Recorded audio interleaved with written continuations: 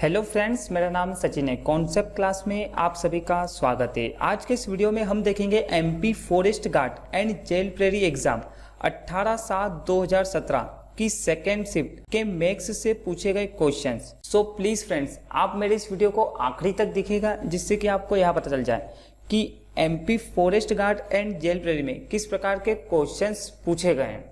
One more request guys, अगर आप हमारे यूट्यूब चैनल पर पहली बार आएँ तो प्लीज़ इसे सब्सक्राइब कर लीजिए, बिकॉज मैं जो भी न्यू वीडियो अपलोड करूंगा उसके सारे नोटिफिकेशन आपको मिल जाएंगे। तो चलिए शुरू करते हैं आज का ये वीडियो।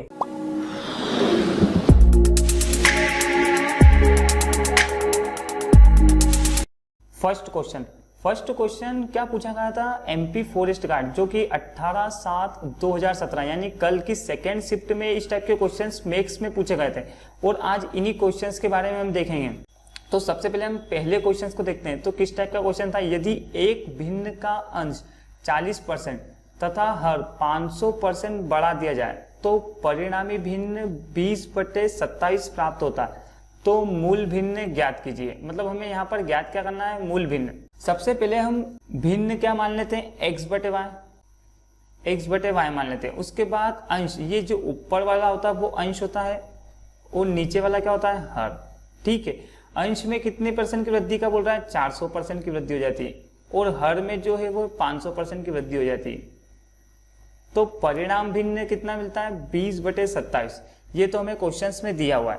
अब हमें इसको सोल्व किस टाइप से करना है वो हम देख लेते हैं। सबसे पहले हमारे पास भिन्न क्या है? x/y। और अंश में अगर 400% की वृद्धि हो रही है तो 100 में जोड़ के लिखेंगे तो कितना हो जाएगा? 500। मल्टीप्लाई करना पड़ेगा ना, मल्टीप्लाई 500। उसके बाद हर में अगर 500% की वृद्धि हो रही है तो 100 में जोड़ेंगे तो कितना हो जाएगा? 600। बराबर कितना प्राप्त हो रहा है? 20/27। बस इसको यहाँ पर बस इस टाइप से सोल्व करना था। यहाँ से हम इसको सोल्व करेंगे तो हमारे पास x और y की वैल्यू हो जाएगी। तो 2 0 से 2 0। उसके बाद बचा कितना? x/y बराबर 20/27। और यहाँ पर मल्टीप्लाई में है तो डिवाइड में, और डिवाइड जो है वो मल्टीप्लाई में हो जाएगा। तो क्या होगा? 6/5। बस यहाँ से इसको सोल्व करना है। तो 5 से कितनी बार? 5 × 20 और 3 से 2 बार, 3 × 27। तो यहाँ से जो मूल भिन्न है वो क्या आएगा? 8/9। तो इस क्वेश्चन का जो राइट आंसर है वो क्या है? 8/9। तो यहाँ से हमारा राइट आंसर है 8/9। मूल्य भिन्न क्या है? तो 8/9। आई होप ये क्वेश्चन आपको अच्छे से समझ में आया होगा। नेक्स्ट क्वेश्चन क्या पूछा गया था? नेक्स्ट क्वेश्चन ये था, 450 रुपए की एक राशि पर 4% प्रति वर्ष साधारण ब्याज की दर से 81 रुपए ब्याज कितने समय में होगा? मतलब हमें यहाँ पर क्या समय ज्ञात करना था और एक क्वेश्चन जो है वो सिंपल इंटरेस्ट से ही पूछा गया था। तो हम उसको सोल्व करते हैं। सबसे पहले सवाल में क्या गिवन है? 4050 रुपए की एक राशि पर, मतलब ये क्या है? हमारे पास मूलधन है। मूलधन कितना है? 450 रुपीज। रेट ऑफ इंटरेस्ट कितनी है? 4%। और यहाँ पर साधारण ब्याज कितना दिया हुआ था हमें? सिंपल इंटरेस्ट जो दिया हुआ था वो था 81 रुपीज। और पूछा क्या था हमें यहाँ पर? टाइम यहाँ पर हमें ज्ञात करना था। तो सिंपल सा, जब साधारण ब्याज दिया हो तो समय बराबर क्या होता है? t बराबर क्या होता है? SI मल्टीप्लाई 100 और डिवाइड में क्या होता है? R × P। ठीक है, अब यहाँ पर हमें सब चीजें गिवन है। जैसे यहाँ पर साधारण ब्याज कितना है? 81 है, मल्टीप्लाई बाय 100 और डिवाइड में R कितना है? 4 और जो P है वो कितना है? 450। बस यहाँ से इसको सोल्व करना था। तो क्या आ जाएगा? समय आ जाएगा। तो इसको सोल्व कर लेते हैं। 1 0 से 1 0, उसके बाद 9 से 90 90 81, 9 5 45। उसके बाद 5 से कितनी बार कैंसिल होगा? 2 बार। अब यहाँ पर इसका मल्टीप्लाई करेंगे तो कितना होगा? 9 2 18/4। ठीक है, यहाँ से हम इसका मल्टीप्लाई करेंगे तो कितना आएगा? 18/4। यहाँ से बस इसको सोल्व करना है। 2 से कैंसिल करेंगे तो कितना होगा? 2 बार और ये 9 बार। इसको कैंसिल करेंगे तो समय कितना आएगा? 4.5 वर्ष। तो जो यहाँ से जो हमारा राइट आंसर होगा वो कितना होगा? 4.5 ईयर। तो समय कितना आ गया? 4.5 वर्ष। नेक्स्ट क्वेश्चन क्या पूछा गया था? किसी संख्या का 5/6वां भाग 1440 रुपए, तो उसी संख्या का 1/3 भाग क्या होगा? मतलब किसी संख्या का जो है 5/6 भाग, मान लेते हैं हम वो संख्या क्या है? x का 5/6 भाग वो क्या है? 1440, मतलब 1440 रुपए। तो उसी संख्या का क्या 1/3 भाग निकालना, मतलब 1/3 भाग। बस यहाँ पे हमें सोल्व करना था। तो हमें यहाँ पर x की वैल्यू पता चल जाएगी और जो x की वैल्यू होगी वही क्या होगा, हमारा आंसर होगा। तो 1440 मल्टीप्लाई 1/3। अब ये इधर आ जाएगा बराबर के, तो क्या होगा, उल्टे हो जाएंगे, तो 6/5। बस यहाँ से सोल्व करना था। 3 से कितनी बार, 2 बार। 5 से काटेंगे तो 5 से 2 बार, फिर 4 बचेंगे, 5 छोटो 40, 5 छोटो 40। तो x बराबर क्या होगा, 288 मल्टीप्लाई 2। तो x की वैल्यू कितनी आएगी, 8 2 16, 8 2 16 और 1 17, 2 2 4 और 1 5, तो 576। तो यहाँ से इस क्वेश्चन का जो हमारा राइट आंसर होगा वो होगा 576।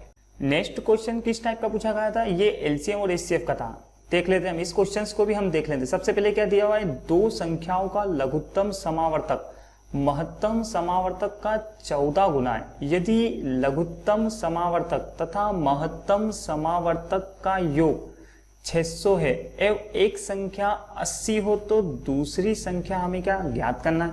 तो सबसे पहले हमें गिवन क्या है, दो संख्याओं का एलसीएम तथा एचसीएफ 14 गुना, मतलब एलसीएम जो है वो एचसीएफ का कितना गुना है, 14 गुना। मतलब एलसीएम एचसीएफ पे डिपेंड है। अगर मैं यहाँ पर इसको x मान लेता हूँ, एलसीएम को अगर मैं x मान लेता हूँ तो ये कितना हो जाएगा 14x, ताकि क्या 14 गुना है। अब यहाँ पर क्या रेशो बन गए। उसके बाद नेक्स्ट लाइन में क्या कहा गया है कि एलसीएम तथा एचसीएफ का योग, मतलब एलसीएम प्लस एचसीएफ बराबर है 600 और एक संख्या, मतलब एक संख्या जो है 80 है। तो सेकेंड संख्या क्या हमें ज्ञात करना है, ये हमें दिया हुआ है सवाल में, ठीक है।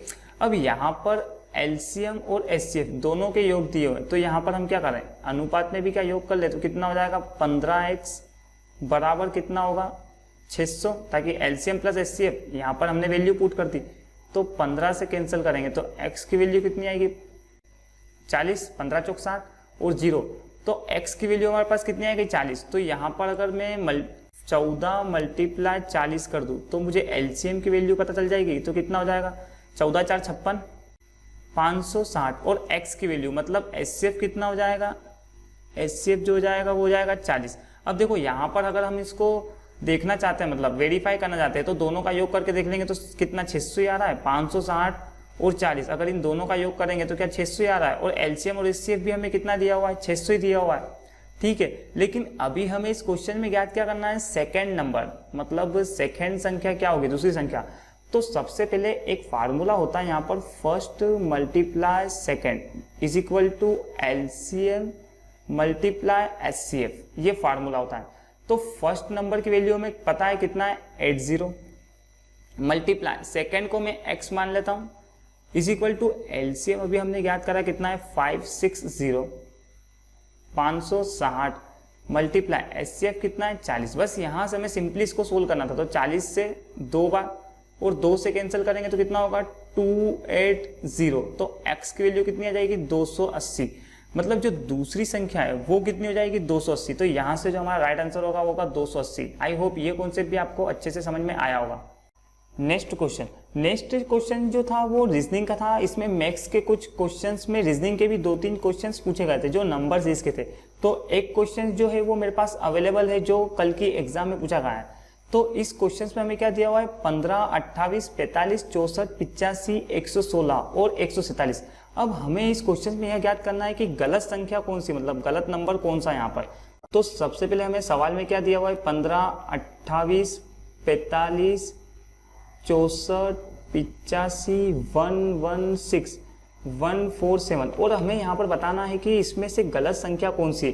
तो सबसे पहले हम इन दोनों का डिफरेंस देखते हैं। देखो संख्या यहाँ पर क्या है कि धीरे से बढ़ रही, मतलब 15 के बाद 28, 28 के बाद 45, 45 के बाद 64, मतलब मल्टीप्लाई का लॉजिक नहीं, इसमें प्लस माइनस का लॉजिक हो सकता है। तो हम देख लेते पहले प्लस माइनस का। तो 15 और 28 तो क्या हो रहा है, कितना प्लस हो रहा है, दोनों का डिफरेंस कितना होगा यहाँ पर 13 प्लस 13। उसके बाद इन दोनों में अगर हम देखते हैं तो अगर 45 माइनस हम अगर यहाँ पर 28 करेंगे तो कितना आएगा, 15 में से 8 जाएंगे तो कितने बचेंगे 7। उसके बाद 3 मतलब 80 हो गई है, तो 3 में से 2 जाएंगे तो कितने बचेंगे 1, मतलब प्लस का 17। उसके बाद नेक्स्ट दोनों में हम डिफरेंस देखते हैं, मतलब यहाँ पर 64 में से अगर 45 जाएंगे, मतलब 14 में से 5 जाएंगे तो कितने बचेंगे 9 बच जाएंगे। उसके बाद 5 में से 4 जाएंगे तो कितने बचेंगे 1, मतलब क्या आया 13 प्लस 17 प्लस 19। उसके बाद नेक्स्ट संख्या हम देखते हैं, इन दोनों का डिफरेंस कितना होगा, 85 में से 84 घटाएंगे तो यहाँ पर 5 में से 4 घटाएंगे तो कितना आएगा, 1 आएगा। उसके बाद 6 में से 8 में से 6 घटाएंगे तो कितना आएगा, 21, मतलब प्लस 21 बढ़ रहा है। उसके बाद नेक्स्ट अगर हम देखते हैं तो इन दोनों का डिफरेंस भी अगर हम देख लेते तो कितना होगा, 116 माइनस 85, मतलब 16 और 15 कितना होगा, 31 बढ़ रहा है। ठीक है, लेकिन अब यहाँ पर अगर हम लॉजिक चेक करते हैं तो सबसे पहले +13, फिर +17, फिर +19, मतलब ये हमें देखने से पता चल रहा है कि क्या प्राइम नंबर है, अभाज्य संख्या है। मतलब 13 अभाज्य संख्या है, 17 भी क्या है, अभाज्य संख्या। अगर दो का डिफरेंस होता तो क्या होता, 13, 15, 17, 19 इस टाइप से आता। लेकिन यहाँ पर क्या है, 13 के बाद क्या हुआ, +4 हो गया, फिर यहाँ पर क्या हुआ, +2, मतलब ये एक तरीके से क्या अभाज्य संख्या बोलते हैं इनको। तो 13, 17, 19, तो नेक्स्ट अभाज्य संख्या क्या होगी, यहाँ पर 23 आना चाहिए। 21 के अभाज्य संख्या क्या होती है, जिसके केवल 2 और 2 डिवाइड होती है, या तो खुद वो अपने आप से डिवाइड होती है या 1 से डिवाइड होती है। तो यहाँ पर अगर हम 21 देखते हैं तो 21 जो है अभाज्य संख्या नहीं है, ताकि ये क्या है, 3 से भी डिवाइड हो रही है, 7 से भी डिवाइड हो रही है, 1 से भी डिवाइड हो रही है और 21 से भी डिवाइड हो रही है, मतलब इसके काफ़ी डिवाइड। और अगर हम देखते हैं तो अभाज्य संख्या जो होती है जैसे 19, तो ये काई से डिवाइड होगी, ये तो खुद 19 से डिवाइड होगी या 1 से डिवाइड होगी, मतलब इसके अलावा ये किसी भी नंबर से डिवाइड नहीं हो सकता। ठीक है, तो यहाँ पर नेक्स्ट संख्या क्या आनी चाहिए, 19 के बाद यहाँ पर क्या 23 आना चाहिए, ताकि 23 क्या है, अभाज्य संख्या है। लेकिन यहाँ पर क्या आ रहा है, 21 आ रहा है। तो यहाँ पर जो है 85 जो है गलत आंसर है, यहाँ पर 87 आएगा, मतलब 85 की जगह क्या आएगा, यहाँ पर 87 आएगा। तो यहाँ पर जो गलत नंबर था वो 85 है। आई होप ये कॉन्सेप्ट भी आपको अच्छे से समझ में आया होगा। नेक्स्ट क्वेश्चन क्या है, 3/7 और 2/9, 7/9, 3/5, सबसे छोटी भिन्न कौन सी, मतलब यहाँ पर जो हमें भिन्न दे रखी, इसमें हमसे पूछा है कि सबसे छोटी भिन्न क्या है। देखो ये जो सवाल है ये मैंने बुक से लिया है, मतलब इस टाइप का सवाल पूछा गया है, बाकी मेरे पास सवाल अवेलेबल नहीं है इसलिए मैंने बुक में से ले लिया है। तो मतलब कि मैं आपको बता रहा हूँ कि इस टाइप के सवाल को आपको करना कैसे। तो सबसे पहले क्या है, 3/7, 2/9 और 7/9 और 3/5। अब यहाँ पर हमें क्या पूछ सकता है, एक क्वेश्चन तो ये पूछ सकता है कि सबसे छोटी भिन्न कौन सी होगी, और एक ये पूछ सकता है कि सबसे बड़ी भिन्न क्या होगी, ये भी पूछ सकता है। या ये पूछ सकता है अवरोही क्रम में जमाइए या आरोही क्रम में जमाइए, मतलब बढ़ते क्रम में या डिसेंडिंग ऑर्डर में जमाइए, इस टाइप से इस क्वेश्चन को पूछ सकता है। अब यहाँ पर कल की एग्जाम में तीनों ही शिफ्ट में इस टाइप के क्वेश्चन पूछे गए, लेकिन मेरे पास अभी फिलहाल क्वेश्चंस अवेलेबल नहीं है इसलिए मैंने बुक से ले लिया है। तो आपको करना इतना है कि बस आप इसका तरीका सीख लीजिए कि आपको करना किस टाइप से। अभी फिलहाल हमें यहाँ पर क्या करना है कि सबसे छोटी भिन्न क्या है ये हमें ज्ञात करना है। तो सबसे पहले इसका एक तरीका तो ये होता है कि हम इसको डिवाइड करें, 3 को क्या करें 7 से डिवाइड करें तो पॉइंट में आएगा, लेकिन उसमें क्या है आपको एक समय भी बहुत लग सकता है और गलत होने के चांसेस बहुत ही ज़्यादा हो जाते हैं। तो मैं आपको एक सिंपल सा तरीका बताता हूँ। सबसे पहले फर्स्ट और सेकंड में हम तुलना कर लेते हैं कि कौन छोटा है। तो यहाँ पर हमें क्या करना है, सिंपली क्रॉस मल्टीप्लाई। तो 9 का मल्टीप्लाई हम 3 में करेंगे तो कितना होगा 27, और 7 का मल्टीप्लाई 2 में करेंगे तो कितना होगा 14। अब यहाँ पर हमें देखना है कि छोटा कौन सा है, तो 27 और अगर 14 में देखते हैं तो ये वाली संख्या क्या है छोटी, मतलब इसको हम क्या करें कैंसिल कर दें। अब इन दोनों में तुलना करना है, इसमें और इसमें। तो 9 का मल्टीप्लाई 2 में करेंगे तो कितना आएगा 18 आएगा। उसके बाद 9 का मल्टीप्लाई 7 में करेंगे तो कितना होगा 9 7 63। अब इन दोनों में तुलना कर लेते तो 18 और 63 में कौन छोटा है 2/9, तो 2/9। अब इससे तुलना कर लेते 3/5 से, तो क्या होगा 5 का मल्टीप्लाई 2 में कितना होगा 10, और 9 का मल्टीप्लाई 3 में कितना होगा 27। तो यहाँ पर जो सबसे छोटा भिन्न है वो क्या है 2/9। तो यहाँ से जो हमारा राइट आंसर होगा वो क्या होगा सेकंड वाला, मतलब जो सेकंड जो 2/9 है वो सबसे छोटी भिन्न है। अगर इसी क्वेश्चंस को अगर हम इस तरीके से करना हो कि सबसे बड़ी भिन्न कौन सी है, जैसे 3/7, 2/9, 7/9 और 3/5। अब यहाँ पर हमें अगर इसी क्वेश्चन में सबसे बड़ी संख्या मतलब बड़ा भिन्न ज्ञात करना हो तो किस टाइप से करेंगे। सेम क्वेश्चन करने का जो तरीका है वो सेम है बस, लेकिन अभी हमने यहाँ पर छोटी संख्या को सिलेक्ट किया था, इस बार हम बड़ी को सिलेक्ट करेंगे। जैसे मान लो इन दोनों में हम तुलना कर लेते हैं, 9 का मल्टीप्लाई 3 में कितना होगा 27। उसके बाद 7 का मल्टीप्लाई 2 में कितना होगा 14, मतलब सबसे बड़ा ये है, मतलब इसको कैंसिल कर देते हैं हम तो 3/7। अब इससे तुलना कर लेते क्या है 7/9, तो क्या होगा 9 से वापस से मल्टीप्लाई करेंगे तो कितना होगा 9 3 27 की 7। उसके बाद 7 49, मतलब अभी फिलहाल में क्या बढ़ा है 7/9, उसके बाद 3/5, तो 9 5 45 और 9 3 27। तो यहाँ पर जो सबसे बड़ा होगा वो क्या होगा 7/9, मतलब ये क्या है 7 पंजे 35 होगा यहाँ पर, है ना, और यहाँ पर 9 3 27। तो यहाँ पर देख लो कौन सा बड़ा है, तो सबसे बड़ा क्या है 35, तो सबसे बड़ी कौन सी हो जाएगी भिन्न, वो होगी 7/9। आई होप ये वीडियो आपको बहुत ही अच्छे तरीके से समझ में आया होगा। अगर आपको ये वीडियो पसंद आए तो प्लीज़ इसे लाइक और शेयर करना ना भूलें, और अगर अभी तक आपने हमारे यूट्यूब चैनल को सब्सक्राइब नहीं किया तो प्लीज़ इसे सब्सक्राइब कर लीजिए, बिकॉज मैं जो भी न्यू वीडियो अपलोड करता हूँ उसके सारे नोटिफिकेशन आपको मिल जाएंगे। Thank you.